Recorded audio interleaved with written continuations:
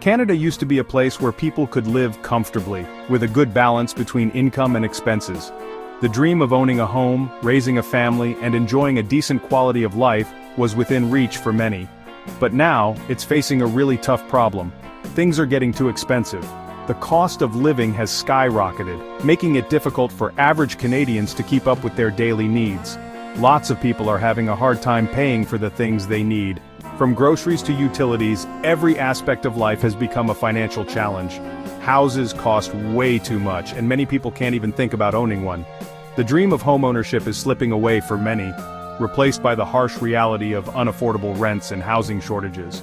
Food, getting around, and doctor visits are also getting more expensive, making it hard for families to manage their money. Essentials that were once taken for granted are now sources of stress and anxiety. Young people have lots of student loans and can't find good jobs. The burden of debt and the lack of employment opportunities are creating a generation that feels stuck and hopeless. Families have to choose between buying food and paying rent. This impossible choice is a daily reality for many, forcing them to make sacrifices that no one should have to make.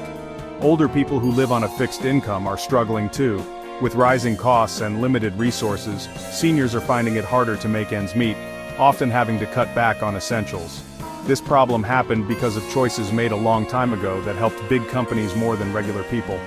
Policies that favored corporate interests have left everyday Canadians bearing the brunt of economic hardship. The COVID-19 pandemic made things even worse, showing how weak our safety net really is. The crisis exposed the vulnerabilities in our system, highlighting the urgent need for reform.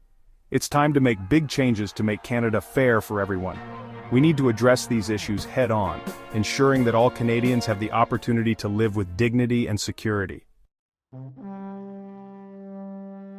A big part of Canada's problem is the housing market. It's gone crazy. Over the past decade, housing prices have skyrocketed, making it increasingly difficult for average Canadians to afford a home. All across the country, houses cost way more than they should. In major cities like Toronto and Vancouver, the situation is even worse, with prices reaching astronomical levels. Many Canadians don't know where they'll live next. The uncertainty is causing a lot of stress and anxiety, especially for young families and first-time homebuyers. Owning a home is just a dream for most people now. The dream of homeownership is slipping away, replaced by the harsh reality of high prices and limited options. Renting is also super expensive, and there aren't enough places to rent. The rental market is just as competitive, with long waiting lists and high monthly costs. For years, low interest rates made it easy for people to borrow money to buy houses, pushing prices really high. This created a bubble that has now made the market unsustainable. There aren't enough affordable homes, and the government hasn't helped enough. Despite various initiatives, the supply of affordable housing remains critically low. This makes things even harder for families who don't earn a lot of money. Low-income families are hit the hardest, struggling to make ends meet while keeping a roof over their heads. Families have to spend most of their money on rent, leaving little for other important things. Essentials like food, education, and healthcare often take a back seat. Worrying about housing is stressful and makes people unhappy. The constant pressure of finding and affording a home takes a toll on mental health. It also makes cities spread out, which means longer commutes and is bad for the environment. Urban sprawl leads to increased traffic congestion and higher carbon emissions, further exacerbating environmental issues. Houses aren't the only problem. Everything is getting more expensive, and it's hard for Canadian families to keep up. Groceries, doctor visits, all the important things are costing more and more. Food banks are helping more people than ever, because families can't afford to buy food. Gas prices and owning a car are also really expensive, making it harder to get around, especially for people who live in cities. Canada is its own country, but what happens in the United States affects us a lot.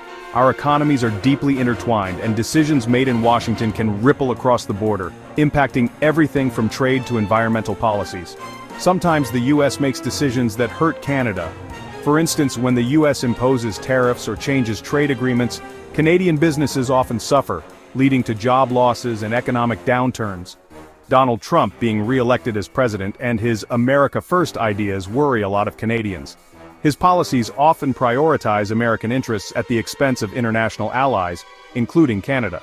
Trump's rules about trade, like taxes on Canadian steel and aluminum, hurt Canadian businesses and workers.